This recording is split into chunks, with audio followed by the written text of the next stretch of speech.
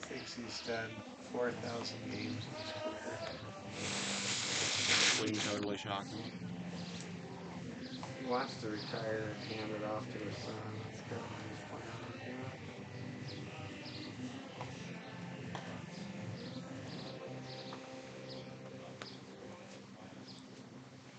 Okay, I think you're on. And welcome, ladies and gentlemen, to game number 2 of day 3 of the 4th annual Veterans Classic. My name is Mike Fell, joined by my son Oliver Fell, the voice of Hard Hats TV, and we bring you a late morning, early afternoon affair between the Cheyenne Post 6 Sixers, the reigning 36-time Wyoming state champions, and the Huron Post 7 team from East River, South Dakota. This will be a lot of fun. We're glad you're with us. Earlier today, we had for you on Hard Hats TV, Mitchell Post 18 completing a 3-1 appearance in post play competition with a 7-1 win over Huron Post 7. And congratulations to Mitchell Post 18. They are 3-1, and they now will have all eyes on this game coming up, because the team that has control over their own destiny, the only team to defeat Mitchell Post 18, is the 25-4 Cheyenne Post 6 Sixers, who come into a back-to-back Game 2, Game 3 doubleheader alignment this morning and this afternoon against Huron coming up, and then following this game, it'll be Cheyenne Post 6 battling against the Wesco Zephyrs of Scottsbluff, Nebraska. Well, Mike Fell with you. Glad you're with us. It is a beautiful day here in Rapid City, a perfect day for baseball.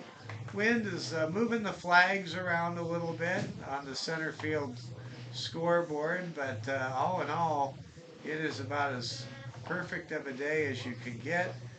Fans are out enjoying the sunshine and getting ready for what should be an entertaining matchup.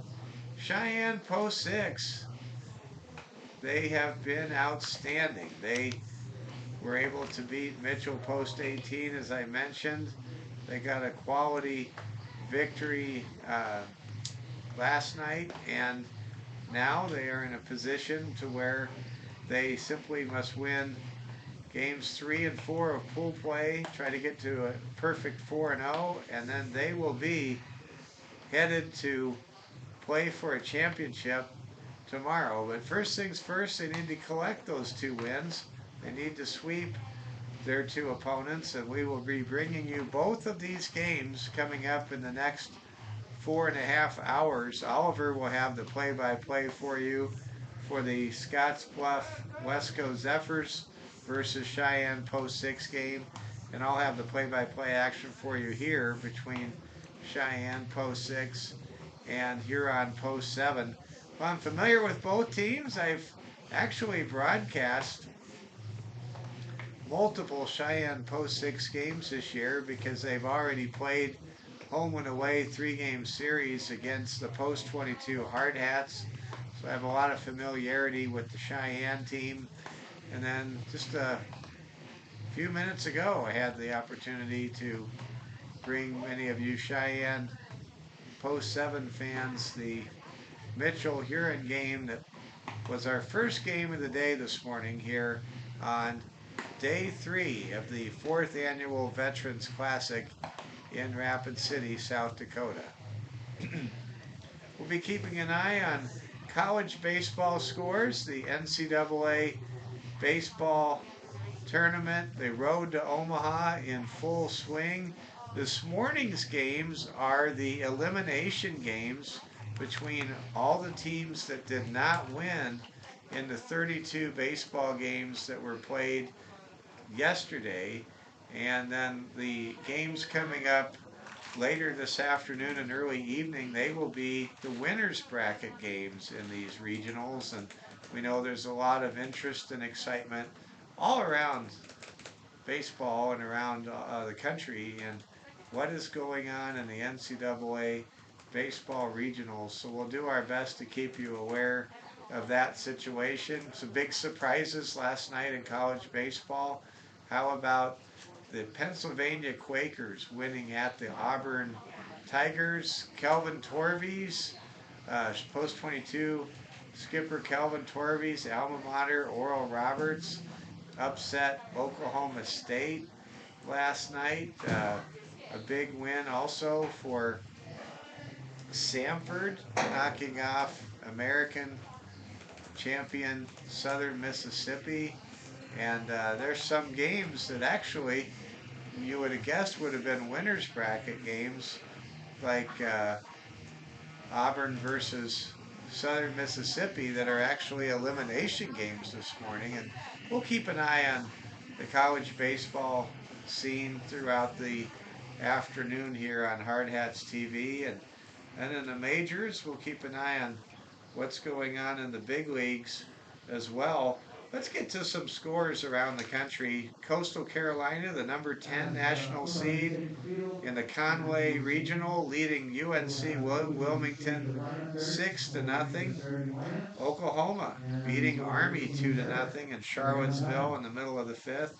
Linscomb on top of Charlotte 2-0. Connecticut ahead of the Florida A&M Rattlers 5-3. Central Connecticut Blue Devils on top of Campbell Camels. Say that 5 times fast. 5-0 in the fifth. And North Carolina leading Wright State 1-0 in the fifth inning. West Virginia in a high-scoring matchup, leading Ball State 7-5. And George Mason, the Patriots out of the Atlantic 10, on top of Northeastern, Dr. Julius Irving's alma mater, 4-1 in the bottom Really? of the fourth inning. I thought he was UMass. Nope, he was a Northeastern player. We'll now go ahead and get to the starting lineups. First for the visiting team, Cheyenne Post 6 Sixers. He was UMass. Oh, he was UMass. Well, thank you. I always thought he was from Northeastern. Okay. Check that. Dr. J did not go to Northeastern. Mason Tafoya, third baseman, will lead off for Cheyenne Post 6. Batting second, center fielder Julian Romero. Batting third, it'll be designated hitter Colton McAnally. Coulter McAnally is headed to University of Utah next year to play Pac-12 baseball. Headed to the Big Ten next year is the cleanup hitter, first baseman Bradley Feaser. Bradley Feaser will take his talents to Haymarket Park and play for the Nebraska Cornhuskers. Batting fifth, it'll be left fielder and ace Corey Williams.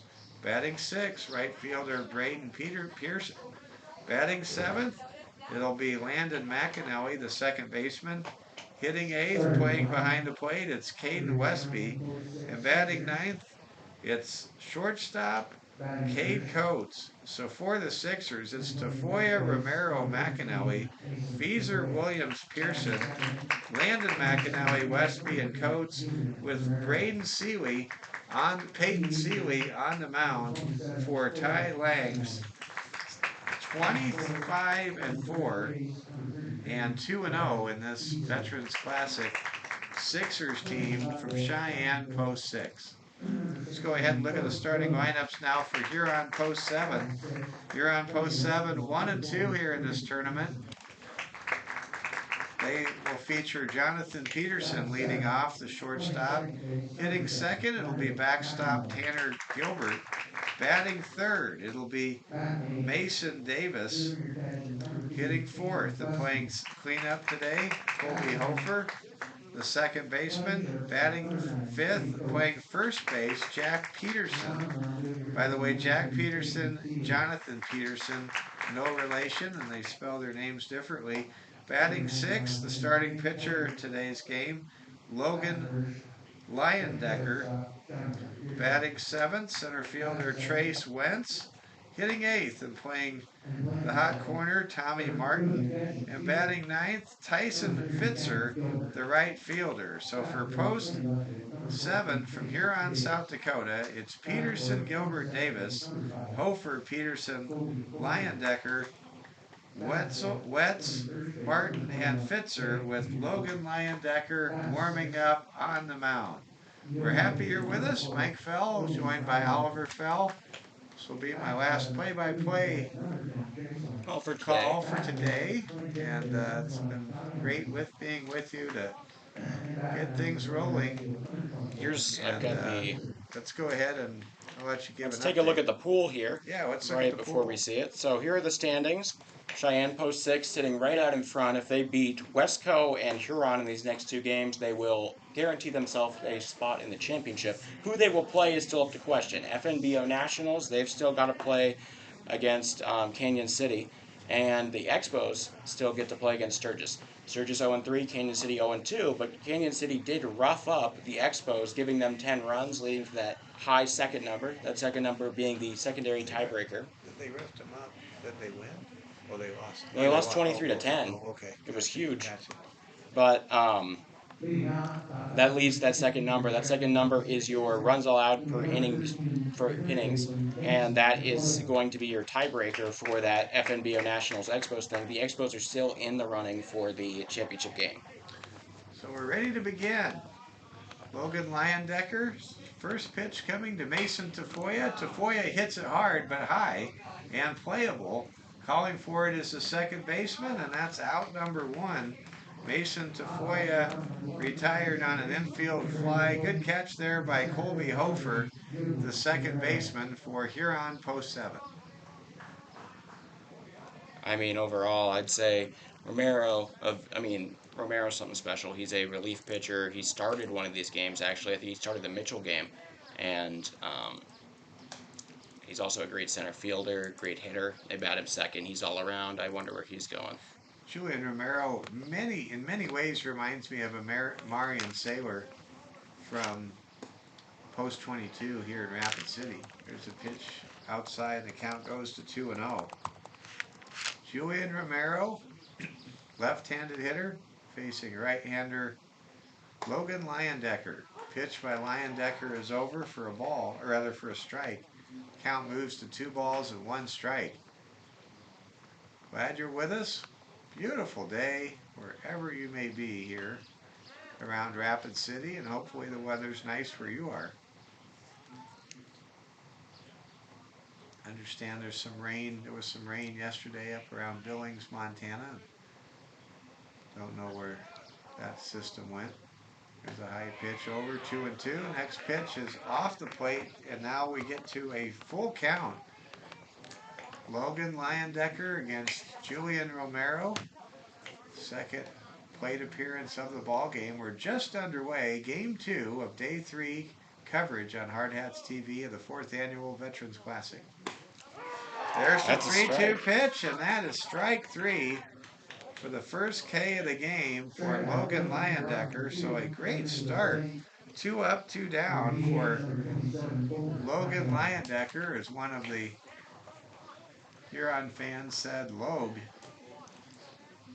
It should be noted that although Huron looking at 1-2 with a very nasty loss to the Expos on their record, they were able to hold Mitchell to 3 runs over 5 innings to start out that game, and Mitchell able to hold this team to 4 and nearly beat them. So the pitching for Huron, not shabby. It's an excellent point. Coulter McAnally now the hitter. Coulter nails the ball over Ty Lang, the third base coach and manager of the team. Sure, Ty knows to duck when Coulter gets a good hack like that. So the count is 1-1. We're in the top of the first inning. Here comes Logan Leyendecker's pitch to Coulter McAnally. The pitch is way high for ball 2. Fans for Huron saying, all right, Logue, it's okay, Logue. Let's see what Logue can do here against a future Pac-12 star. Next pitch is high and inside for ball 3. McAnally had a great night pitching last night. He got 10. He got 10 strikeouts and over 5 innings against the post 22 hardouts. Was able to mercy roll them on a one hit shutout. McAnally considered the best hitter this year in about a 5-state area. Pitch by Logan Leyendecker is ball 4, and he will take his base on a walk issued with 2 outs. And now here comes Bradley Feaser. So if you're a Huron Post 7 fan and you're wondering how good is our opponent today, how about this? A future Utah player is now being followed by a future Nebraska Cornhusker, Bradley Feaser. Feaser is known for his pitching. I mean, he is massive. 6'7". He's built like Clay Hayward in the movie Major League. He played for the Yankees. I mean, he's almost a caricature of a small town hitter. He's to describe Bradley Feaser is to quote the late great Kenny Rogers. He's built like a mountain. There's a throwback to first, and it's way over the head of the first baseman and sliding into third. Taking 2 bases on a miscue is Coulter McAnally on a very high throw and error on the pitcher there.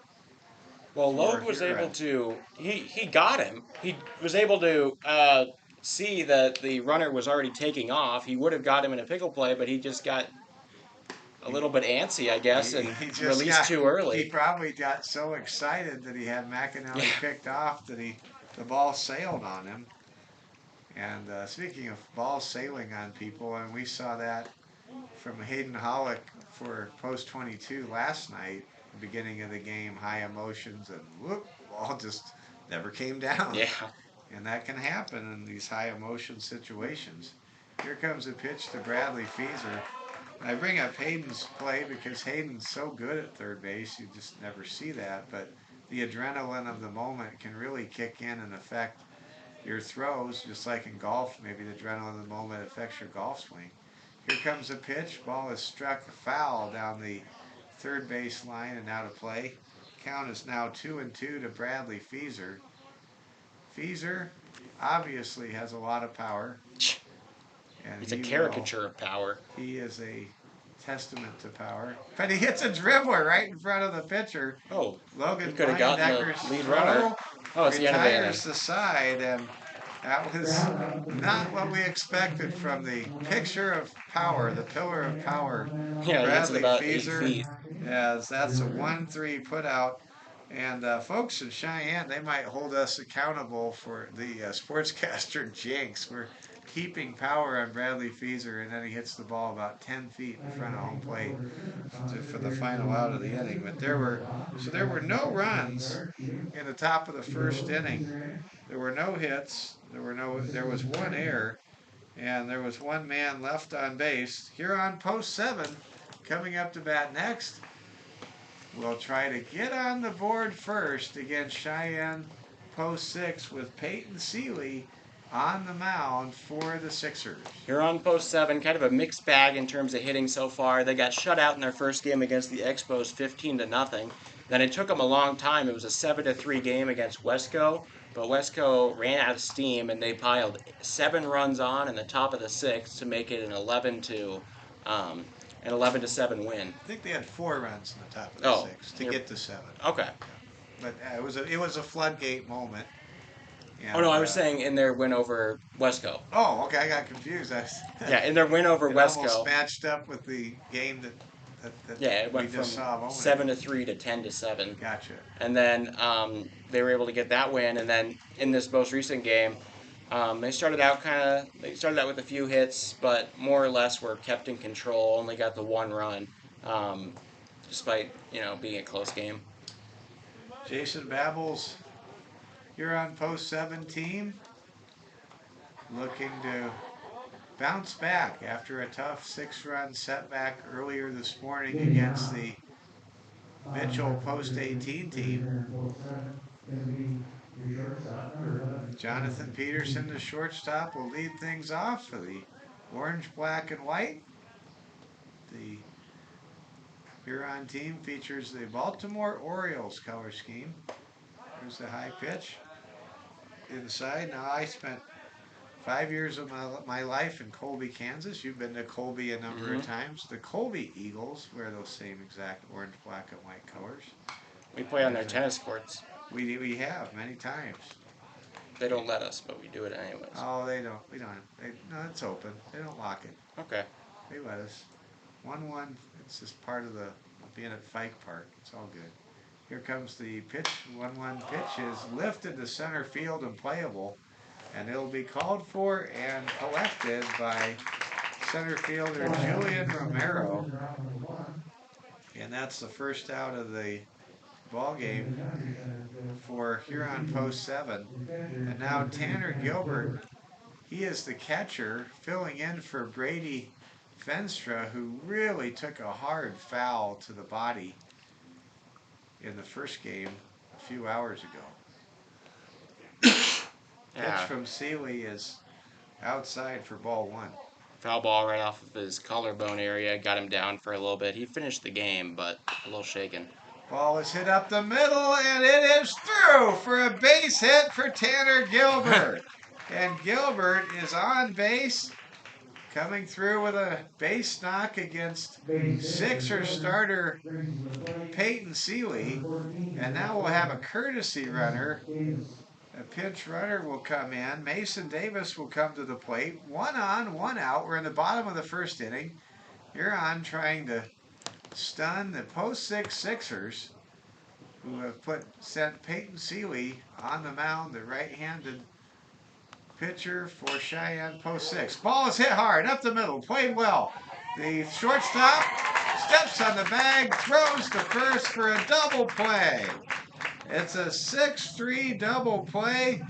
Picking up the double play there was shortstop Cade Coates. Ordinarily, Coulter McAnally is the shortstop. He's the DH today. That was a great play by Cade, who ordinarily plays second base. Yeah.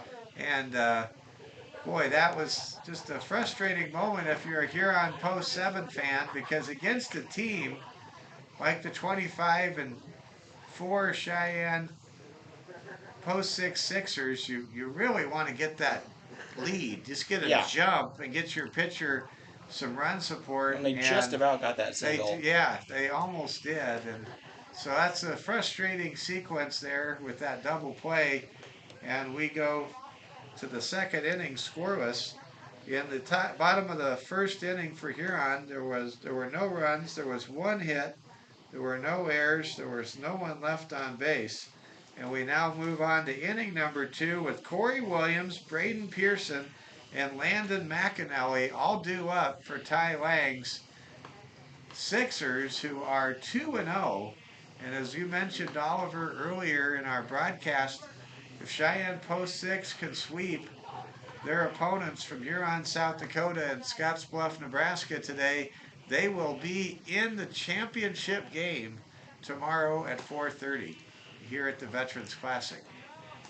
Yeah. Well, okay, so it's not going to be at 4:30. I looked over there at the board. It looks like 3:20 is 3:20 and Post 22 have locked themselves into the 4:30 slot no matter what. Oh, okay. So the championship game so they can will send the play teams probably on the maybe road, 2 or send something. home sooner. Yeah. So they'll play around 2 o'clock tomorrow. Thanks for clearing that up. Here we go. Corey Williams to lead things off. Williams, a left-handed hitter. Logan Leyendecker, the starter here for Huron Post 7. So one of the things that definitely is a sharp contrast with these two ball clubs is that Huron really is a heavy, unbalanced batting lineup with a lot of right-handed hitters. Whereas Cheyenne Post 6, very balanced with a mix of righties and lefties. Yeah, that being said, Huron doesn't get the same kind of selection I believe Cheyenne Post 6 will. Huron kind of a smaller place. Oh, much smaller. So, yeah, you're right. I mean, they got to work with what they got, but it's definitely not working to their advantage. Here comes the 2-1 pitch.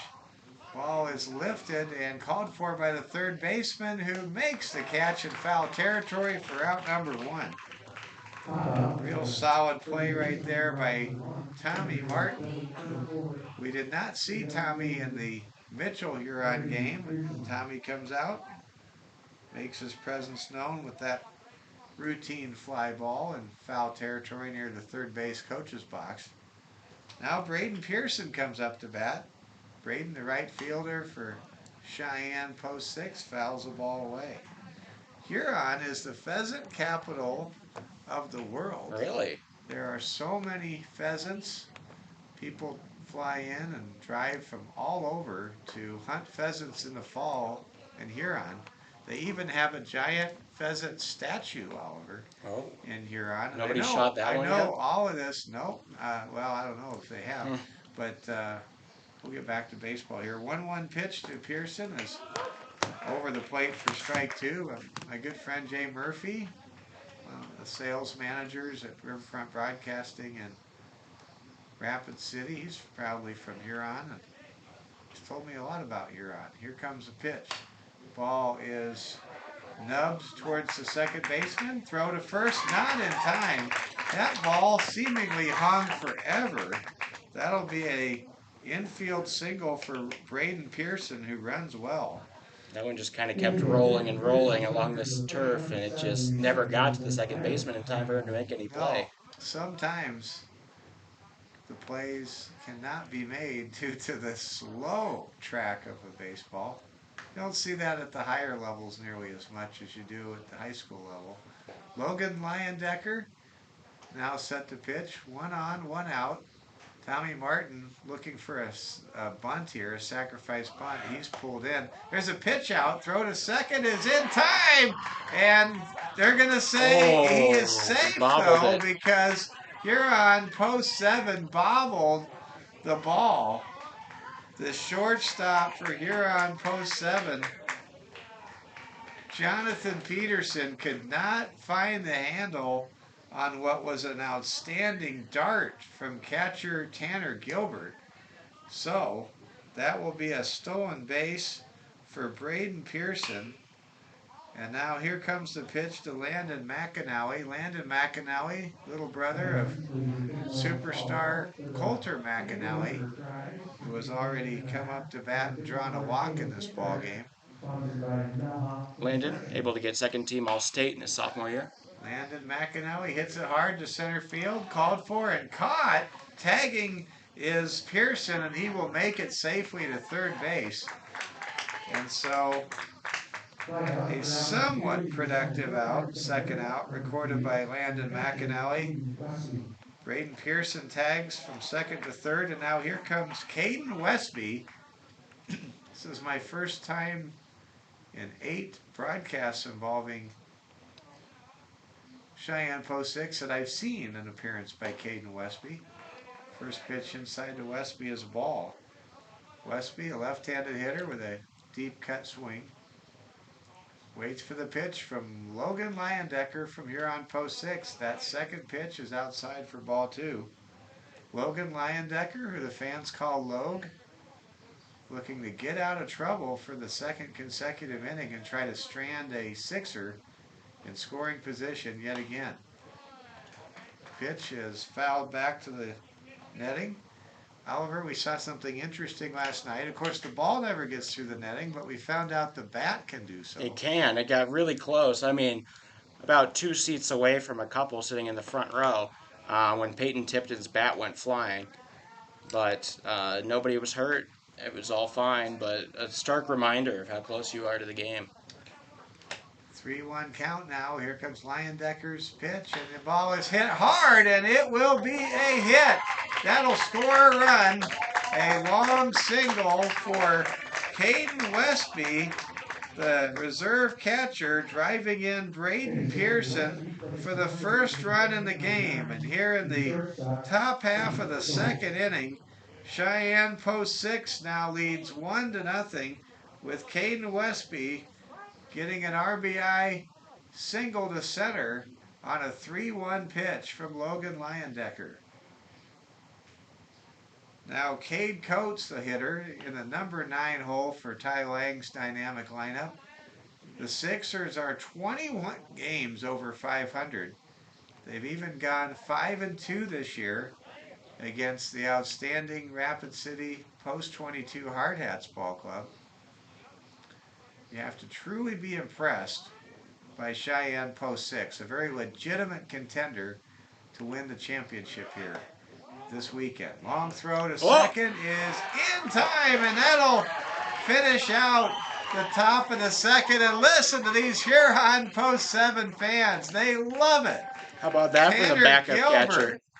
Back-to-back missiles down to second. This time it was fielded cleanly for the tag, and we are out of the top of the second with Cheyenne Post 6 leading 1-0, with Huron coming up in the bottom of inning number 2. I mean, coming from the backed up catcher coming in for injury, you don't expect that much on the defensive end, I guess. But that was as good as anybody could ever throw that. In the top of the second inning, there was 1 run. There was 1 hit. There were no errors. And there was nobody remaining on base. And through an inning and a half, here at Dave Plouffe Field at Fitzgerald Stadium in Rapid City, it's Cheyenne Post 6 1 and Huron Post 7 0. You're watching Hard Hats TV. Well, hey, I mean, as much as it looks, as much as they're down by 1 and their highest scoring in any of these games against teams that have positive records is 1 run. There's no way Huron can be that upset with what just happened there. Only being down 1 run going into the second against Cheyenne Post 6 is about as good as it gets. Yep, exactly. Colby Hofer, Jack Peterson, and Logan Leyendecker will come up to bat. Here comes Hofer. Peyton Seeley, the starter for Cheyenne Post 6, facing the minimum so far, but he did give up a hit to Tanner Gilbert last inning. Here comes a bouncer, a skipped rock, if you will, past the catcher for ball 1. Isn't it fun to try to skip a rock on a pond or lake? I've only done it on a river. Or a running river. I didn't even think about a river. Ball was hit down the third baseline and foul. Well, here in Rapid City, we don't have a river. We have got one right behind We have Rapid Creek. That is not a river. Well, even though that creek has delivered the deadliest flash flood in the history of the United States. Doesn't feel like much of a creek there, but anyways, we can. That's about 400 to right. If you want to do that, it's right out there beyond our limits. There's a pitch outside for ball 2. Ball 3. Or ball 3, I guess. Yep, ball 3. Peyton Seeley delivers the 3-1 pitch, and the ball is fouled off of maybe his thigh yeah. of Colby Hofer. Hofer a little hobbled, but he's going to hang in there. Huron's going to come out of this thing covered in bruises. Yeah. Huron definitely is Mitchell a both. self-inflicted version of a hard knock life here. Count, by the way, 2-2 to Colby Hofer. Full. The guy just doesn't have it right. Seeley, and yeah, Hofer asked for time. He is definitely hurting. Oh, you're right. The count's full. When they don't make the adjustments on the scoreboard after about a minute, it's hard for me to trust what I'm doing. And there's ball 4. Colby Hofer draws a base on balls, and we see Peyton Seeley give up a leadoff walk to Huron Post 7. Now Jack Peterson making his first plate appearance today. Rather, his second plate appearance. He pinch hit for Brady Fenstra at the end of the game that Huron just played against Mitchell. Won by Mitchell 7-1. There's a swing and a miss, strike 1. There's a swing and a miss, strike 2. Jack Peterson now in the hole, 0-2 to Peyton Seeley. Crafty right-hander for Cheyenne Post 6. Here comes the pitch, and that is inside for a ball. They're really able to use some of this. I mean, even if you can't get a hit off the guy, they've been able to work the count and get free base runners, which is important, especially with this tough of stuff to face.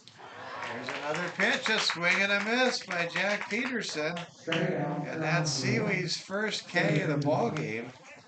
And there's one on and now one out. And here comes Logan Leyendecker, the pitcher, trying to help his own cause, with Cheyenne post 6 leading 1-0 here in the bottom of the second inning. Leyendecker, I believe, scoring the only run last game for Huron. I'm going to check on that. I think you're right. Nope, it was Mason Davis who scored the only run. But Leyendecker did reach base once in the second inning last game. He went 1 for 4 earlier this morning. Logan Leyendecker, aka Logue, takes a pitch, hits it towards the middle of the infield, and there is a shovel pass to the bag, and that's out number 2. The Sixer is able to retire the lead runner. Logan Leyendecker reaching on a fielder's choice. Colby Hofer is erased. 6-4 if you're scoring along with us. And now Trace Wenz will come up to bat. Trace trying to make something happen. There's a throw back to first. We have not seen a lot of stolen base attempts. I'll be honest. This morning compared to most games. If Bradley Feezer is gonna look at me in any sort of way, I am not running. Okay. There's a swing and a miss. If he even gives me a glance with any shred of a side eye, I'm going to follow whatever he says. Gotcha. Trace Wentz, a swing and a miss. Here comes another pitch from Peyton Seeley, and there's a foul ball just over our press box. Did that ever land? I didn't hear a thud. It may have hit the Qdoba food truck behind us. I'm not sure. Hopefully lowers their prices a little. Yeah. Well, there's a lot to that equation. Ball is hit down the right field line. Is it foul or fair? And it is foul. Just barely. Maybe a foot and a half. That was a very interesting play there. If it had landed fair, it could have been a big play here with 2 outs. Instead, Peyton Seeley still has Trace Wenz pinned down in the count 0-2 with 2 outs. Peyton Seeley now 1 strike away of getting out of the second inning with the Sixers on top 1-0. Ball is struck hard but fouled down the right field line, and Trace Wenz is seeing Peyton Seeley well. He's just trying to sync up the timing. Yeah, he's got a lot of good contact here. I'm not seeing from anybody else. Wonder what he sees we don't. Peyton Seeley taking his time between pitches, nods, likes the sign, and delivers a pitch outside for ball 2, and the count now squares at 2 balls and 2 strikes. This will be the 7th pitch in this at-bat. Trace Wenz trying to advance the runner. Waits for the pitch from Seeley. Runner takes off, and that'll be a stolen base. That was, by the way, ball 3. And Logan Leyendecker, Logue, able to steal a bag for Huron post 7. I think that was only 2. And now... I think it was only a second ball. Okay. Well, I had 3 there. Anyway, we'll see. Here comes the pitch from Peyton Seeley. Seeley looks back at second, delivers a high pitch outside for a ball, and now the count is full. 3 balls, 2 strikes. Huron post 7 with a tying run and scoring position. Seeley on a pivotal 3-2 pitch coming up here.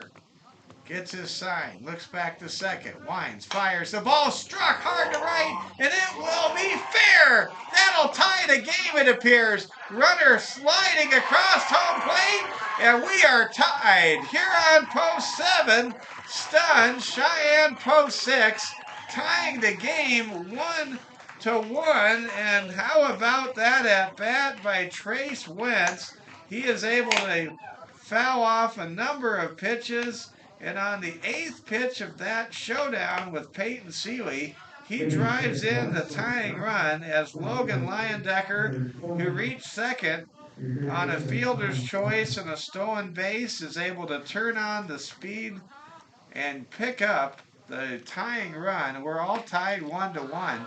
We've got ourselves a game, ladies and gentlemen, Yeah. here in the bottom of the 2nd inning. Yeah, I can't even begin to state how big that was. Not only was that a big hit in the fact that they even tied it here, but that showed a chink in the armor. It showed Seeley was penetrable, and against Cheyenne Post 6, I bet they did not expect to ever allow a run in this game, let alone be tied.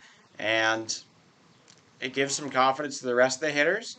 It gives everybody something, and we're early and tied. It also affects that runs against tiebreaker. There's a foul chop by It does. Tammy Martin. Though I think they would need this loss. I think Mitchell needs Huron to win in order to do anything anyways, because that would make a 3-way tie. Right. They can't have Wesco win because of the head-to-head between Mitchell and But Cheyenne. what This is the only what chance. about Lincoln Southwest getting the 3? Lincoln Southwest didn't play either of these teams. Oh, well, I was just thinking, So forcing a 3-way tie is what would trigger the secondary tiebreaker, correct? Between Mitchell. Yeah, but Post Mitchell 18 would still and lose Cheyenne head-to-head. Post 6. They'd lose head-to-head because they never played. They never played Lincoln. Oh. So they'd lose the head-to-head tiebreaker against okay. Cheyenne. All right, I didn't know that. I thought you didn't apply the head-to-head tiebreaker unless everybody No. played each other. Nope. Okay. Head-to-head goes first. Yeah, but there's a swing and a miss. Tommy Martin goes down. Usually, in my experience in sports, what I've found, Oliver, is if you have a 3-way tie and not everybody, that's a strikeout that finishes the inning in the 2nd inning. Huron gets a run on 1 hit. There were no errors, and there was 1 man left on base. We are all tied after 2. Huron Post 7 and Cheyenne Post 6 notched at 1 apiece. What I wanted to finish the thought on is that if you don't have all 3 teams play each other, how can you apply a head-to-head tiebreaker if everyone doesn't play? Doesn't that force you to revert to the runs against tiebreaker, because you can't penalize a team for not playing somebody? Well, the thing is, the way I would see, I mean, that might be the case. That could be true. I'm thinking I that. think that's a question for our man Yeah. Wayne Silver. Well, the way I'm seeing it, in my opinion, I mean, obviously I haven't been around the game as much as you, but it would be that Cheyenne automatically is above Mitchell anyways, and then you'd do Cheyenne tiebreaker against Lincoln. Doesn't work that way. Okay. So I think these runs against really matter. Now, of course, if Yeah, Cheyenne it's only a wins out, .06 difference. there is no need for a tiebreaker. Yeah, they need Huron or Wesco to win, and my money's on Huron. Wesco able to get that first win, pretty resounding in what they did, but they beat Canyon City 8-7. Canyon City showed to be a pretty good team, but now 0-2. They are. I would put a lot more faith in Huron here. Wesco only brought 10 players to this tourney, and they are on game number 4. Okay. Well, here we go. Huron hanging tough with Cheyenne Post 6. There's their whole team over there. And this really has been a special weekend of baseball. We're in day 3 of this Veterans Classic. And boy, folks, there's nothing like 4 days of baseball, 20 games of baseball being played here at Fitzgerald Stadium. And the civil defense sirens go off. It's 12 noon on a first Saturday in Rapid City, and that means it is a civil defense tornado drill. This is a drill. It's not the real thing. It's distracting nonetheless. But it is distracting. Cade Coach takes a strike. Cade's probably a little upset at this right now. Last night, you and I, Oliver, watched a scene from Brewster's Millions where a batter got distracted by the John Candy's trash talking as the catcher in that movie, starring Richard Pryor. But it's interesting. Maybe civil defense sirens can distract the hitter as well. We'll find out. Distract Here me. comes the 3-1 pitch, and that's ball 4. And Logan Leyendecker, during the civil defense siren drill, issues his second walk of the game to Cade Coates. And now we go to the top of the order here in the front half of the third inning with Mason Tafoya coming to bat. Mason flew out to the second baseman to begin this ball game. It is important to note that this is the final game for Huron. They'll throw everything they've got, and they've got one man warming up as a pitcher in the bullpen right now. Out of their 3 available substitutes, one of them is out there in the bullpen with the injured catcher warming up. So Leyendecker, not the only man in this game necessarily for Huron. Mason Tafoya, quality right-handed hitter, smacks the ball to center field. That's a hit. And now there are 2 on with nobody out. And Cheyenne post 6, perhaps Huron post 7's run in the bottom half of the second inning was the wake-up call that maybe awakened the beast, which is the 25-4 Fitzgerald Stadium pool leading Cheyenne post Sixers. Julian Romero now the hitter. Pitch from Logan Leyendecker way outside. Boy, that was just not anything like what we've seen from Logue so far. Well, except for that check back or that pickoff attempt. Well, okay. I was thinking throws to home plate, but you're right. You're right. Here comes a pitch, swing and a miss. Beautiful. Nice recovery there by Leyendecker. Logan Leyendecker's name reminds me of a roast beef chain in St. Louis called Lion's Choice. Ball is struck hard to center field, and it is caught for the first out of the inning. Tagging and advancing to third is the speedy Cade Coates. And now there are runners at the corners, but 1 out as Julian Romero is retired on that fly to center. And here comes Coulter McAnally, the best hitter in about 5 states, we're told. Coulter will play for the Utah Utes in Salt Lake City. He means business. He checks in, and he will try to strike the go-ahead RBI. This could There's be big. A pickoff. There's a pickle play. Keep an eye on that runner between third and home. Throw home. It's gonna be out. They got him. What? Wait a minute. He dropped the ball. Was dropped. Oh! Somehow, the catcher, Tanner Gilbert, who has been dynamite so far, dropped the ball that should have been. I thought they were going to get the lead runner out, but give the umpire credit. He made sure the ball had been secured. And after all of that madness, Cade Coates gets the go-ahead run on a dropped ball by Tanner Gilbert, the catcher for Huron. That has to hurt. That has to really hurt. That's not going to be an error. It's just a really tough break. Instead of getting the second out and getting the man at home plate, it's now 2-1. And there's a base hit by Coulter McAnally to left field.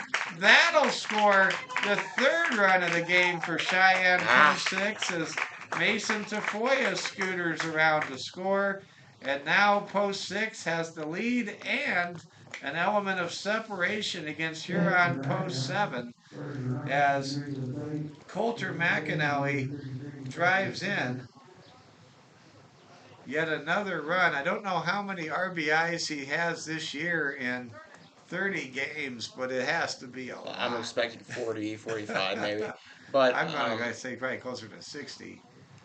Well, I'm not sure. Maybe you've got those numbers. We'll see. Here comes a pitch to Bradley Feeser. Feeser grounded out 10 feet in front of home plate his first time up. He'll likely hit the ball a lot farther this time if he makes contact. Logan Leyendecker throws back to first. Tag play applied, but to no avail as McAnally gets back safely. Cheyenne post 6 leading 3-1. man, was the complexion of the game changed on a pickle play as That was Cade Coates was able to take off from third to home plate. Should have been out, but Tanner Gilbert dropped the ball on the throw. We are your community. We are your neighbors. Our family of doctors are invested in our community. At Black Hills Orthopedic and Spine Center, we are honored to help you along the journey from injury to recovery. You have a choice with Black Hills Orthopedic and Spine Center, specializing in what moves you.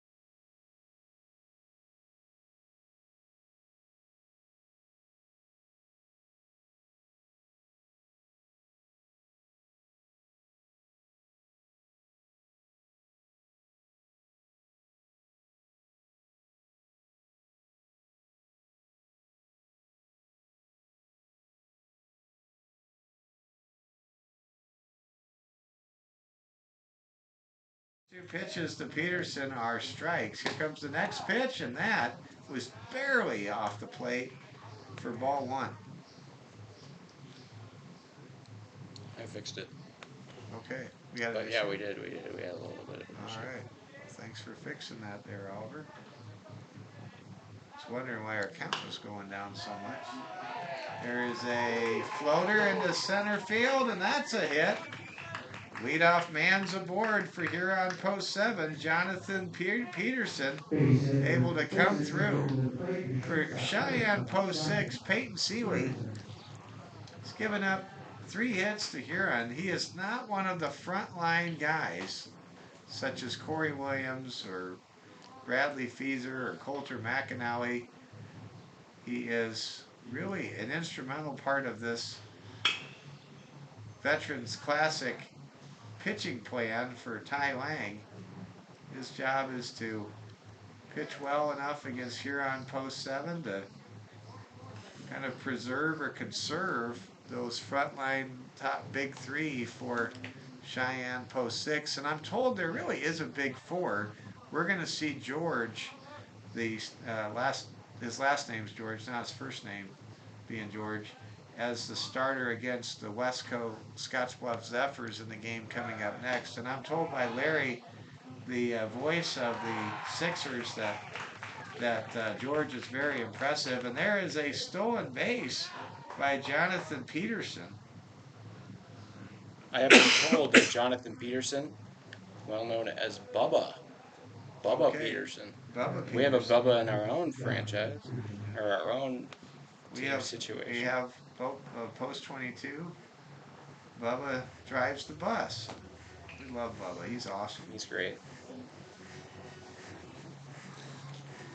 Can we get our feedback? Or Yeah. Is this going down? Yeah. Okay. Count is 1-1. Thanks for being with us here on Hard Hats TV. A little bit of a conference. Ty Lang talking to Peyton Seeley, trying to settle him down a little bit. Tanner Gilbert, the hitter. Gilbert, mixed bag of an afternoon so far. He's 1 for 1 at the plate. He's had 2 dynamite throws down to second base, and then he had that dropped ball play at home plate. He's really had some real big highs and some really tough lows for just 2.5 innings of baseball. Let's see what Tanner Gilbert can do next. It's a 1-2 count. Seeley being challenged a moment ago to throw strikes. Has the ball slapped towards third base. Throw to first is in time. Now Feezer going to throw down to third. It's not in time. Good base running by Bubba Peterson.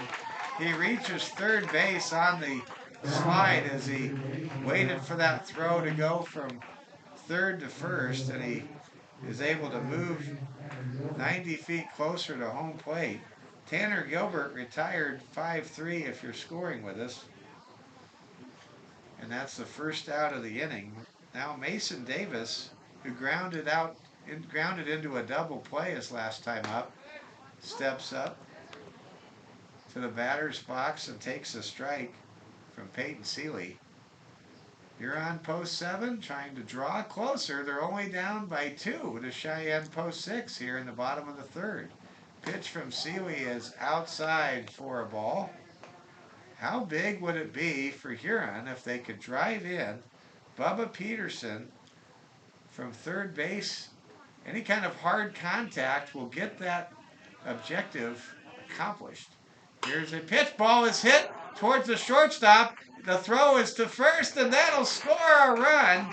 That'll be the second out of the inning. That is a 6-3 putout, but that's an RBI by Mason Davis as Bubba Peterson scores from third base on an infield ground out. And how about Huron post 7? I think they have really stunned the Cheyenne post 6. Well, they could have the lead right now if things went different. So there is a base hit to center field from Colby Hofer. And here comes Huron, South Dakota in a big, big way, taking on the capital city's finest team in the cowboy state of Wyoming. The Huron Post 7 team This is is within 1 run. It's 3-2. this is as many as Mitchell scored. This is the most anybody has scored against Cheyenne Post 6 this tournament. Wow. Huron just giving it their all, and now Huron has scored more runs than they did against Mitchell Post 18 And the earlier Expos. this morning and against the Expos in this tournament. Peyton Seeley slowing things down like molasses in January. Here comes a pitch, and it's over for a strike to Jack Peterson.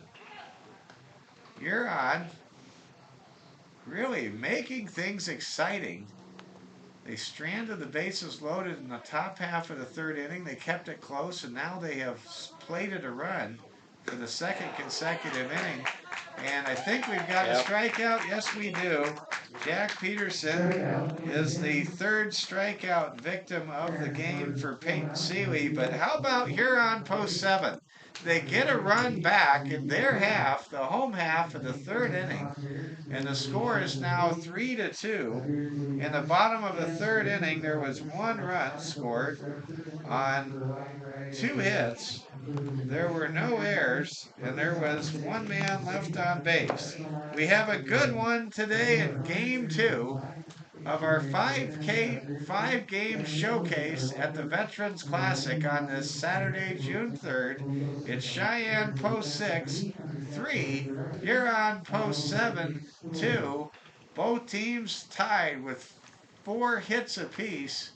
This is Hard Hats TV.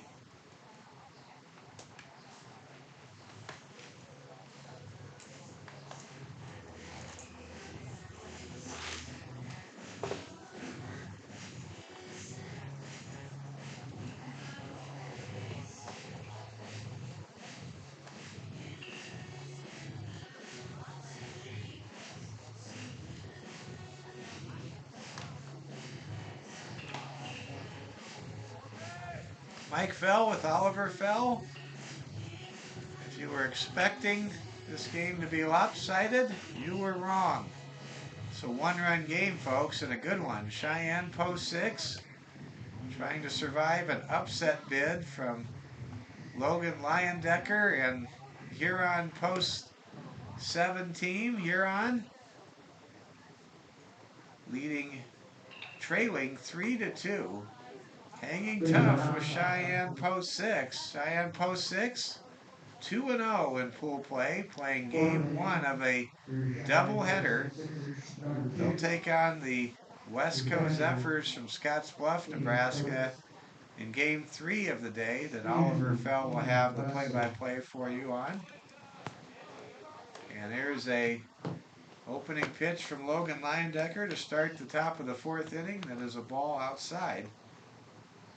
Oliver, this has been a fun game. Yeah, absolutely. Leyendecker able to keep him in this pretty well. I mean, the only two runs scoring on what are effectively errors between his own throw over first, getting a man over to 3rd on a pickoff, and then of course that pickoff play at home having the tag fall out of the hands of the catcher.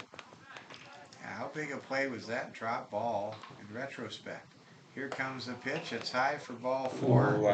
And a leadoff walk is issued to Mason Tafoya. That's not what Huron wanted to do. To face the top half of the Cheyenne Post Sixers lineup. Pinch runner. And we're going to have a pinch runner. This is not a courtesy runner. This is a real pinch runner. For Cheyenne Post Number 6. So number 6 for Cheyenne Post 6 for the Sixers is leading off at first base. Here comes the pitch to Julian Romero. Romero with a nice great bunt. Long That's a good bunt. throw is not going to be in time, and Julian Romero able to reach on an infield bunt single, and that advances Mason Tafoya to 2nd. And now Logan Leyendecker really has his work cut out for him in this 3-2 ball game, with Coulter McAnally coming to the plate with 2 on and nobody out. McAnally 1 for 1 today with an RBI single back in the third inning. Here comes a bunt attempt from Coulter McAnally. I think that was a surprise bunt. When you have a hitter of McAnally's caliber, you really don't imagine or expect a sac bunt with 2 on and nobody out, but that's I what don't know if it's necessarily sack. I think that Ty Lang just wants to make this team beat him with their defense, introduce a little bit of chaos. And Romero put down an amazing one just now for a single. They've still got outs to spare. Why not go for it? Well, you have to respect the complete nature of Cheyenne Post 6 and all the things they do to win games. Ooh. Now McAnally swinging away, smashes the ball to second. No! Attempt for a double play is way out of whack, and that'll be a fielder's choice reach by Coulter McAnally, and everybody is safe. Romero still safe at second.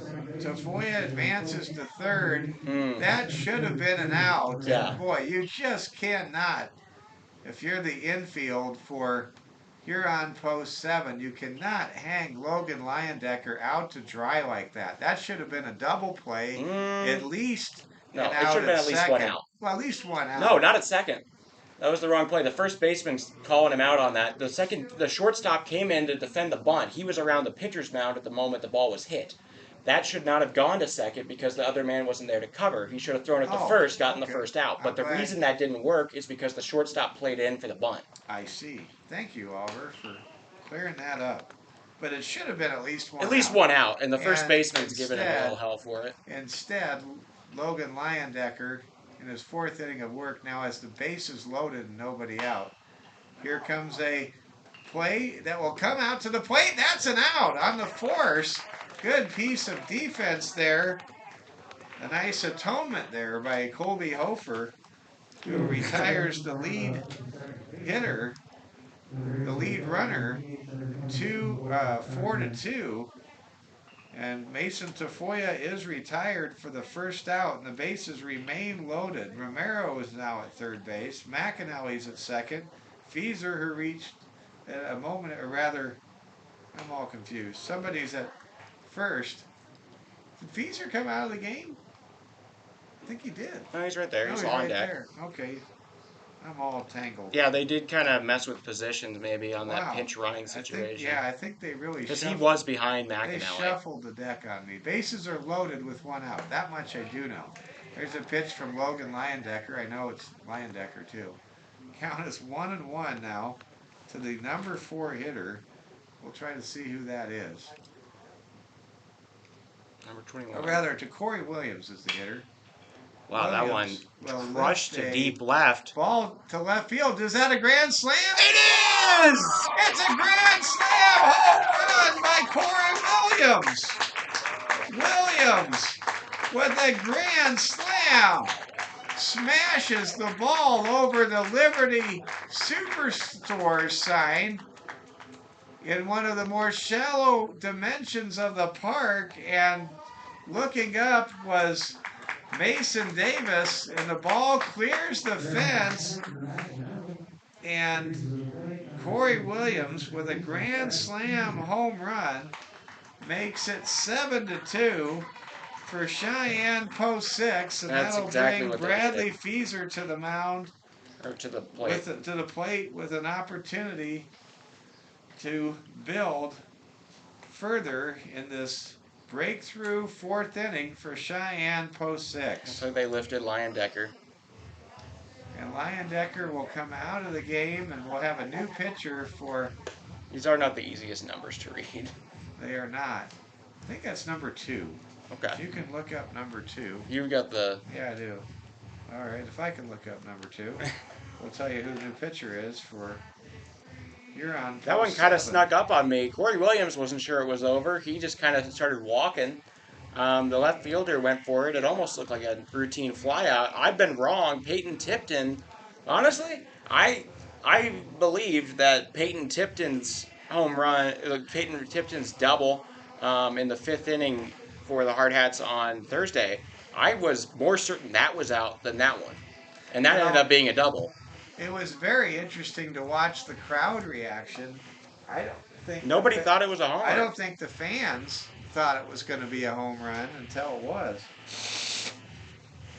I got excited when I saw Mason Davis turn his back, and it just kind of appeared to me, hey, that ball's going to carry, and it did. And here at Fitzgerald Stadium with an afternoon ball game, you're going to have the ball carry. And another thing to keep in mind, especially for all of the Huron Post 7 fans watching this ball game, and that is we're playing this game at elevation 3,750 feet above sea level. No So humidifier either. that ball, which went about an estimated 330 31-ish? feet or so, Yeah. that ball carried farther because of the thin air here in western South Dakota than it would have carried if you were back in East River. That's a good point. And so keep that in mind on that home run. Feeser, by the way, is hit in the back by the new pitcher who we have yet to identify. He seems okay though. It almost feels like throwing the trope you throw, like you shoot a bullet at Godzilla. It's not going to do anything. Yeah. Not going to hurt him at all. Going for second. Feeser taking off, and he will slide, and he will now go to third as the ball gets past the shortstop on that throw down to second, and now Feeser is at third base. I realized something, however. We didn't have a shuffled lineup. I just got tangled up in my lineup card because 8 Sixers came to bat in the third inning. And if I do the math right here, the grand slam home run was actually hit by Coulter McAnally. No. No? It was 20. Wait, maybe. It was McAnally. Yeah, okay. And I mean, he is the legend. He's considered the best player in 5 states. He is the one with the grand slam, not Corey Williams. Corey Williams is the hitter right here, and he will now go into second base after an errant throw down to first. So that will be Corey Williams reaching on an error on the shortstop.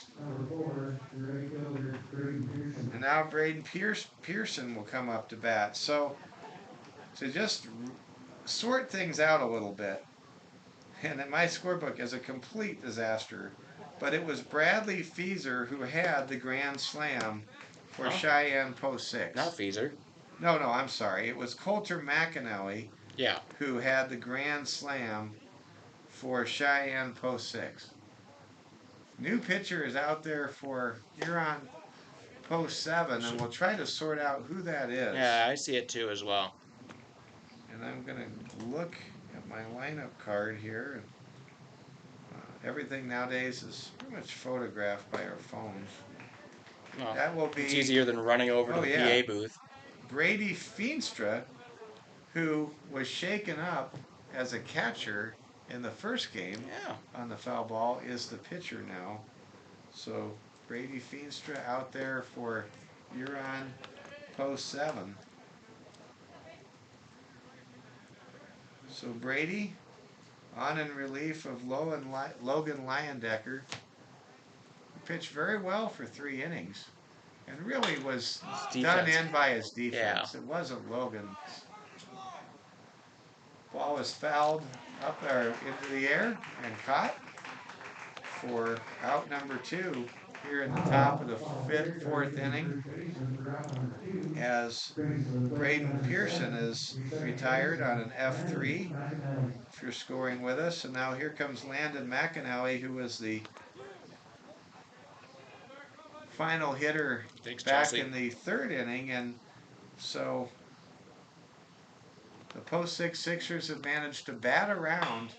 And in addition to that, there's another base hit. That might score another run. It will. What? As that's a good throw, though. Cheyenne Post 6 brings in Corey Williams with the 6th run of the inning. And now Caden Westby will come up to bat Caden was retired earlier in this inning with a throw to home plate by the second baseman in what seems like a play that happened a long time ago, Yeah. although not so long ago in reality.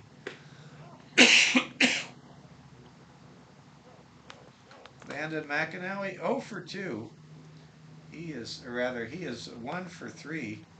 He is on first base. Caden Westby, who led off this inning with a walk, the reserve catcher for Cheyenne Post 6. The first two pitches sail by him for balls. Caden Westby playing well today. Sees another pitch go outside. And right now, Brady Feenstra, and you have to wonder about the injury that he sustained last game. It wasn't to If any of his that's- arms or if- anything. yeah, It was but his neck, collarbone yeah, area. but sometimes injuries you're just not right. And so far has not gone right for Brady Feenstra. Feenstra nods his approval to his catcher. Tanner Gilbert fires home and records a strike. Nice bit of applause there from the Huron fans who have made the 5-hour trip to Rapid City. Here comes the pitch. It's fouled away Okay. to the fence area behind the Hall of Fame pavilion here at Fitzgerald Stadium. Count is now full. 3-2 pitch coming up. Man is at second, and Landon McAnally, and oh my, that is a very erroneous payoff pitch way outside the zone. And Caden Westby now is at first base with Landon McAnally advancing to second. Man, for a 3-2 pitch, you rarely see a pitch miss by that wide of a margin. Now here comes Cade Coates. Cade, 2 on, 2 out. Sees a pitch sail high from Brady Feenstra. Well, this game very similar in many respects to the game we saw this morning, Oliver, where Huron hung tough for 3 or 4 innings. Ball is drilled to short, throw to second is in time. That'll retire the side. Cade Coates is retired for the first time this afternoon. But what a big inning it was for the 25-4 Cheyenne Post 6 Sixers. They score a total of 6 runs on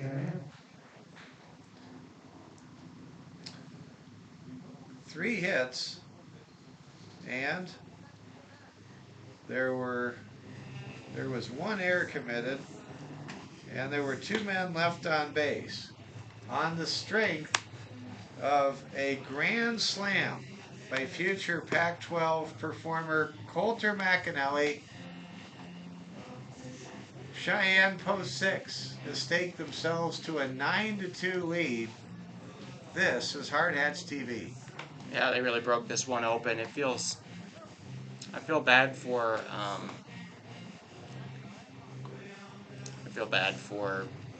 Huron fans and whatnot. Just a couple of miscues, but this team will make you pay for all of that. Well, they will, and for Huron Post 7, I mean, it's really been the same ball game. They played very well. They hung tough for a couple of innings, but then in inning 5, where the Mitchell Post 18 team broke through with 5 runs this morning, or 4 runs this morning, and now here it is, Cheyenne Post 6 in the 4th inning breaking through with 6 runs in this ball game, and now Peyton Seeley with a tremendous amount of run support gets right out there and back to work for Cheyenne Post 6. Cheyenne has out-hit Huron 6-4, but how big are those 3 errors collectively for Huron Post 7? I mean, those outs left on the board. That was the difference between that inning being a 2-run inning and being a 6-run inning. Logan Leyendecker, the hitter. Logan, who pitched valiantly in the first several innings. He's played well today. Down the count 1-2 to Seeley. Next pitch is outside for a ball, and the count evens at 2 balls and 2 strikes. We're going to have all 5 games for you today on Hard Hats TV. Oliver will have the play-by-play. He'll fly solo for the next game coming up. Probably the game after that, too. Ball is lifted to left field, and it'll be caught for out number 1 here in the bottom of the 4th inning. Good catch made that time by left fielder Corey Williams for Cheyenne Post 6. I've covered Cheyenne Post 6 now, as I mentioned, 7 times this year, Oliver, and Cheyenne Post 6, I'll say it in a moment. Ball is lifted to left field again. Williams has it, calls for it, makes the catch.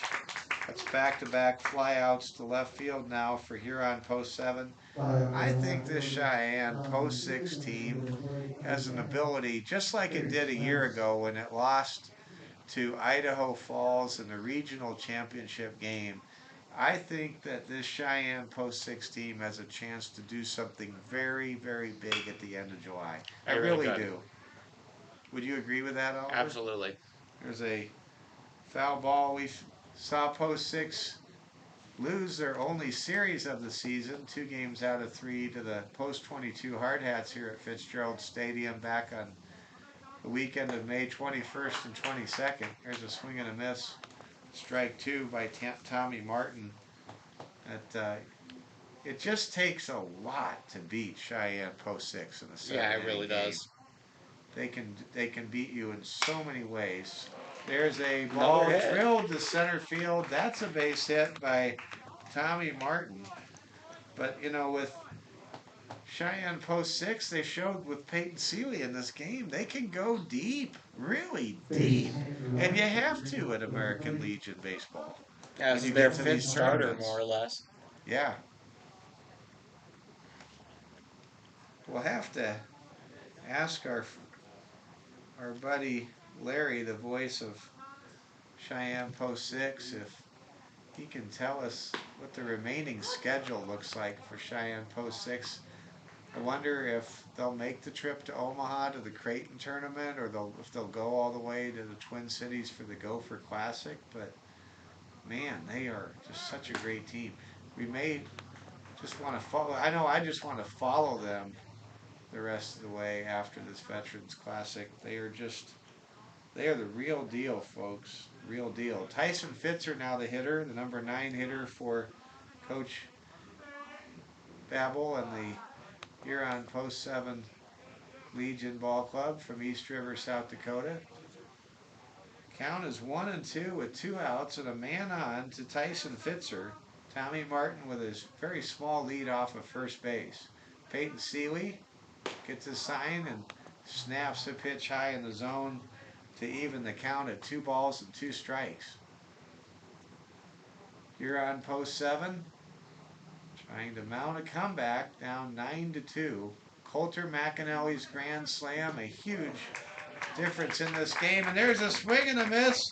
Strike 3. And Tyson Fitzer is the 4th strikeout victim of the afternoon for starter Peyton Seeley for Cheyenne Post 6. To recap the bottom of the 4th inning, there were no runs, there was 1 hit, there were no errors, and 1 man left on base through 4 innings of play at Fitzgerald Stadium in Rapid City, South Dakota.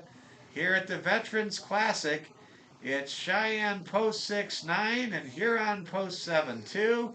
This is Hard Hats TV.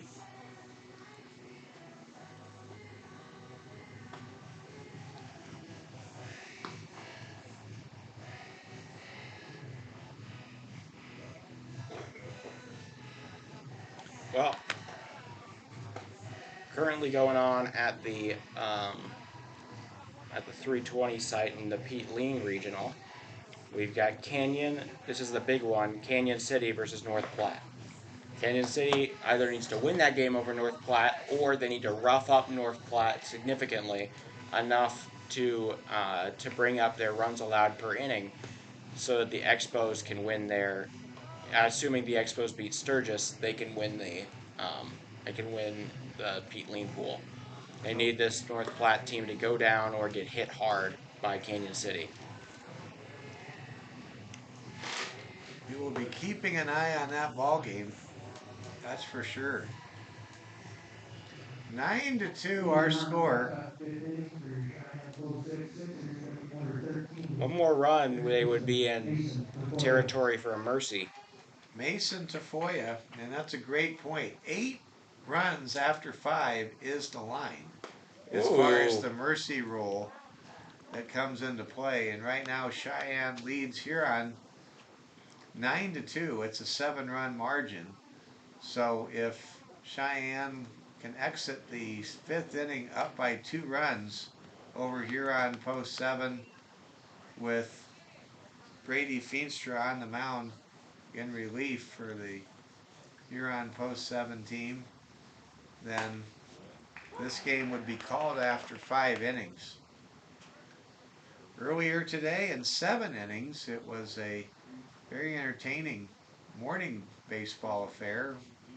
Mitchell post 18 able to close out their pool play in the Veterans Classic with an impressive 7-1 victory.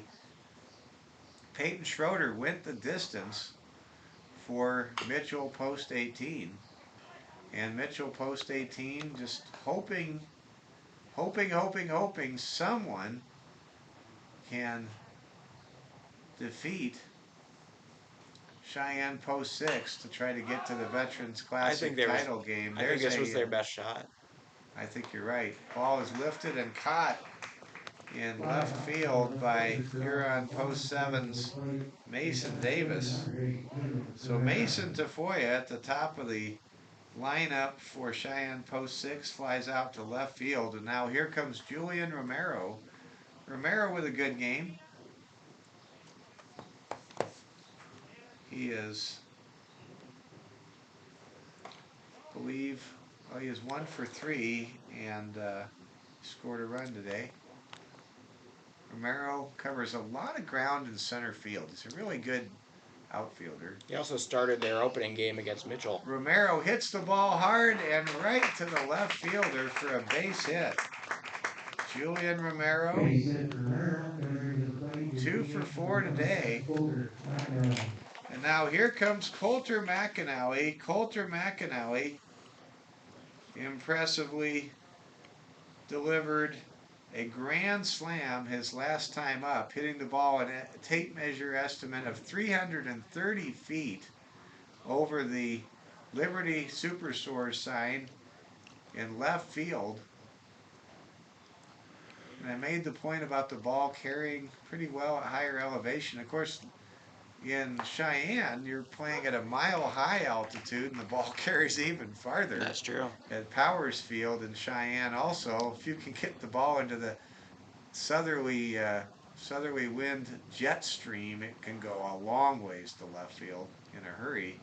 Ball is smacked foul right past head coach Ty Lang in foul territory, and count now works to no balls and 2 strikes. Enjoy following Coulter McAnally at Utah. You might see him play Utah against Arizona State. Some baseball down there in Tempe, Oliver. I probably will, assuming the Pac-12 doesn't fall apart. Yeah, I don't think it will. That. You do. I think it's going to change. I don't think it's going to fall apart, but I think it's going to stay the exact same, and USC and UCLA are going to be greedy, and they're going to leave, and then maybe Oregon, and then everybody's going to be fine. It's been around for over 100 years. It'll survive. Oh, it will survive. I just don't think it would be the same. I could be candid. I don't think it's been the same since the Rose Bowl gave up their tie-ins. Throw down to second base is not in time, and that's a stolen base for Julian Romero. That's only one sport. For Romero, that's his first stolen base of the ball game. And now a man's in scoring position with 1 out. Count is 1-2 to Coulter McAnally, who is 2 for 3 today. He is yet to be retired. McAnally has driven in 5 runs of his team's 9-run tally, and there's a foul ball, and none of the Huron post 7 players could get to that ball in time, even though it landed in play next to the burly, huge on-deck circle hitter Bradley Feeser, who's waiting to come up next. Feenstra gets his sign from Gilbert. Coulter McAnally calls for time, steps out of the box, shakes his head, twitches a little bit. Boy, I'd be nervous if I was the pitcher and I just watched McAnally be like, I want to be perfect for this. Yeah. And here comes the pitch to McAnally. There's a swing and a miss and a strikeout. The best hitter in 5 states is retired by Brady Feenstra on a K. That really has to bring a smile to the Huron Post 7 fans here in attendance and watching right now on Hard Hats TV. Coulter McAnally is a strikeout victim and an out for the first time today. Brady Feenstra, who fouled a ball off of his body this morning in the loss he to didn't foul Mitchell, he is. He got one fouled off. Oh yeah, that's right. Was the wrong on the receiving end of the foul ball. Now the pitch goes to Bradley Feeser. He hits the ball deep and it's dropped by the right fielder. It should have been the last out of the inning. There's an error on the right fielder for Huron Post 7. That scores a run. Julian Romero crosses the plate. Now it's 10-2. And Cheyenne Post 6 has that 8-run lead that would impose the mercy rule against Huron Post 7. That was a very tough gaff by Tyson Fitzer in right field, who dropped a ball that should have been caught off of the bat of Bradley Feeser, who was on second base due to that error in the outfield. I mean, that was just sad. Fitzer was right underneath it. He knew where it was. It just popped out of his glove. And once again, just leaving outs on the board. That's now 4 errors in this game for Huron. All of which I Post want to 7. say scored a run. They all led to more runs. Yeah. And that's the thing. It's one thing if it scores a run. It's another thing if it opens the door for even more runs. And you feel for Logan Leyendecker and Brady Feenstra. They have pitched so well, but their defense has just done them in time and time again. Yeah, well, it's been in 4 this different Cheyenne guys. game against Cheyenne Post 6. 4 different guys making 4 different errors. There's a pitch outside. The count works to 3-1 to Braden Pearson. So it's Brady versus Braden right now. And a man, Bradley Feeser's at second. Ball hit the center. Will it be caught? It will be. That will retire the side as Brady Feenstra gets a fly out by Braden Pearson. And in the 5th inning, the Cheyenne Post Sixers score for a 4th consecutive inning in this ball game. This time they scored 2 runs, or 1 run, and that was on a total of just 1 hit. There were 2 very big errors, and make sure there were 2 errors. Yep, 2 errors, and there was 1 man left on base. And through 4.5 innings of action here at Fitzgerald Stadium, it's Cheyenne Post 6 10, and Huron Post 7 2. And for Huron Post 7, they must score a run in the bottom of the 5th, or this game will be over, with the mercy rule at 8 runs after 5 innings here in the Veterans Classic. So we'll see how this plays out, Oliver. Coming up for Huron Post 7, it is the top of the order. Jonathan Bubba Peterson, Tanner Gilbert, and Mason Davis. And Peyton Seeley will try to go the distance and get a 5-inning victory against Huron Post 7 right here, right now. First pitch is outside for a ball. And we're underway here in the bottom half, the home half of the 5th inning. Here comes Peyton Seeley's pitch, and it's outside for ball 2. Seeley, kind of an uneven ball game. He's given up 2 runs, working around 5 hits, but he's up by 8 runs. That's what matters most. And he's eating up a lot of innings here in pool play. He sure to is. preserve Bradley Feaser to be the frontline starter potentially if the Sixers are able to reach the Veterans Classic Championship game, a game that's scheduled somewhere in the 2 o'clock to 3 o'clock hour.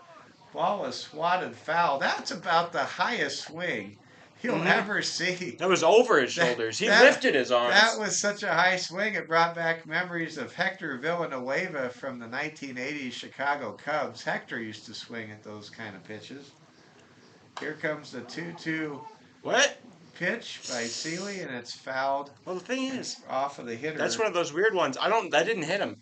That was all backspin. Oh my. He hit it with enough spin that it popped out in front, but I guess since it went back in the first place, it's a foul ball no matter what. Here comes Seeley's 2-2 pitch, and that's a swing and a miss, strike 3.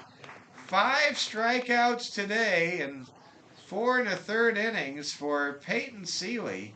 And now Tanner Gilbert comes up to bat, and the Huron Post 7 team is down to their final 2 outs, trying to avoid exiting full play with a 1-3 record. Unfortunately, I think they might end up there with Laramie Rangers, assuming that the Rangers do not pull off the upset later today against the Hard Hats. I'm seeing it the same way, Oliver. There's a Hey, foul Scotts ball. Bluff got to watch out themselves. They play Lincoln and Cheyenne. Those are 2 really tough teams. Here comes the pitch. There's a swing and a miss. That Nebraska showdown with Lincoln Southwest and Scotts Bluff Wesco Zephyrs. That'll be the 4th game of the day, correct? Yep, 4:30. I might be here by then. I'm going to be doing some work at the Riverfront Broadcasting stations here in Rapid City for a while. There's a dribbler to short. That'll be an infield single.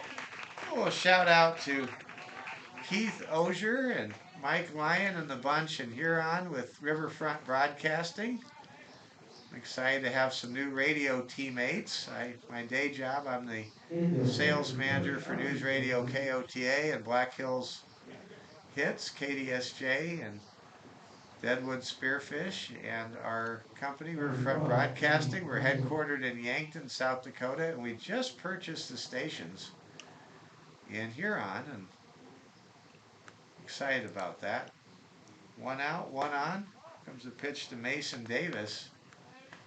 But great broadcasters in Huron, South Dakota, and excited to be working with many of them in the same small South Dakota-based company. Here comes the pitch. It's outside for ball 2. Mason Davis, the hitter, working against Peyton Seeley here. 1 on, 1 out. We're in the bottom of the 5th.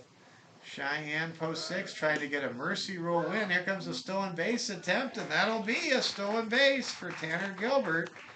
And now the run that could extend this game to 6 innings is in scoring position. Peyton Seeley trying to retire Mason Davis. The double play, game-ending double play, no longer in effect. Here comes the pitch, and that is a wild one. The count goes to 3-1 to Mason Davis. Mason today, 0 for 2. He grounded out into a double play back in the 1st inning. Cheyenne, Post 6, out hitting Huron, Post 7, 7-6. It's kind of ironic when you look at the hit totals, because Cheyenne is Post 6, and Huron's Post 7. And they posted 6, and the other one's posted 7. Yeah, but you have to turn or invert the hit totals to match up to the post numbers of these 2 teams. kind of neat, actually. Yeah. There's a swing and a miss. We're at 3-2 now. Here comes the full count pitch, the payoff delivery from Peyton Seeley with a man at second base and 1 out. The 3-2-1 count is strike 3. Mason Davis is caught looking, Oh, and beautiful. that will be the 6th strikeout in 4 2/3 innings for Peyton Seeley. And now Peyton Seeley 1 out away from a victory right here, and a chance to maybe strike out the side as Colby Hofer comes up to hit. Colby Hofer 1 for 2 today, or rather 1 for 1. He had a walk, a leadoff walk in the 2nd inning, and he had a single back in the 3rd. Peyton Seeley's first pitch is a ball. Seeley trying to end the game right here. Throws a pitch outside for ball 2. Well, Seeley's leaving a lot not crossing the place, right? He is way outside on most of his pitches right now. Here comes the pitch from Peyton Seeley. That's over for strike 1. When he wants to, he seems to be able to locate specifically the fastball. That's what he used to get that looking call earlier. Here comes the pitch in a matter of moments. There's a throw back to second. Tag applied, and that is not going to be in time. Is my phone ringing? But I am not answering the phone till after the game. Period. Woo. Not walking out like I had to last night or the day before. There's a pitch over for strike 2. And the count now goes to the final strike, potentially, of this game. Cheyenne Post 6 is leading 10-2 over Huron Post 7. The 8-run, 5-inning mercy rule is in play. That pitch just off the plate. Count goes full. Boy, did Peyton That was Seeley, really close. He really wanted that. Those borderline calls to end the game, though, usually don't go the way of the team that's ahead. Just an observation. Here comes the 3-2 pitch to Hofer. That ball just foul, just right of the first base bag. 4 inches. And now the count will do it all over again with a 3-2 count coming up with 2 outs. Cheyenne Post 6, a strikeout away, or an out away from the victory. Ball is fouled away again by Colby Hofer. Hofer, the leadoff hitter for Huron Post 7, hanging tough. Cheyenne just a strike away from winning their 3rd game in 3 games here in the Veterans Classic Fitzgerald Stadium pool. There's a cut and another foul ball, and now here comes the 9th pitch in this at-bat. Peyton Seeley so close a few pitches ago from getting strike 3 and striking out the side and getting a complete game victory. Here comes the next pitch. It's fouled back towards us and out of play. And now here comes the 10th pitch. This is the longest at-bat that we have seen in this game and in our coverage. And why not? This is the game on the line. They have to go home after this. Here comes. I mean, they got a game tomorrow. Here comes the pitch. The ball is hit towards the second baseman. He has it. Throw to first is in time. And Cheyenne Post 6 gets the win. The Sixers are now 26-4 on the season. Peyton Seeley goes the distance, wins a 5-inning victory, and Cheyenne Post 6 wins 10-2. In the bottom of the 5th inning, Huron Post 7 nearly scored a run. There were no runs. There was 1 hit. There were no errors, and there was 1 man left on base. And in the congratulations go out to Cheyenne Post 6. They are 1 win away now from reaching the championship game tomorrow afternoon in the 4th annual Veterans Classic. Cheyenne Post 6 had an 8-0 win, a mercy rule win in 5 innings over Rapid City Post 22 last night. And this afternoon, Cheyenne Post 6 gets another 5-inning mercy rule victory, this time over Huron Post 7. with a 10-2 decision. Congratulations to Ty Lang. Congratulations to our sportscasting buddy Larry in the booth next to us. And to all of you Cheyenne fans, congratulations. Your team is 26-4. I think that's even better than the Tampa Bay Rays record after their first 30 games this year. That's really remarkable. It is. I mean, it really is. They put away every team they should, and they battle with every other team that's on their level, and it's just an incredible showing. I feel bad. Huron going to head back with a 1-3. They're going to get to play their game tomorrow, but it'll be probably a 7 or maybe a 6, depending on how the Laramie game ends. And I feel bad. They played a very good. These two games today were very good games played, but they played probably the hardest schedule of any of the I guess lower half of the bracket teams. I mean, you look at Westco. Westco only has to play Cheyenne Post 6. They got to play a couple others in here. You've got what else? Laramie. Laramie got to. Bottom line is Huron played tough. They played tough. They showed their toughness. Who can ever forget the image of Brady Feenstra staying in the game after he took that hard foul ball smash to the midsection and maybe even the neck area, and then he comes out and pitches the second game, and out of the bullpen. But you look at Huron, they hung tough. They were right in those games with Mitchell post 18. They were right in the game. They were in this game with Cheyenne post 6, just down 3-2.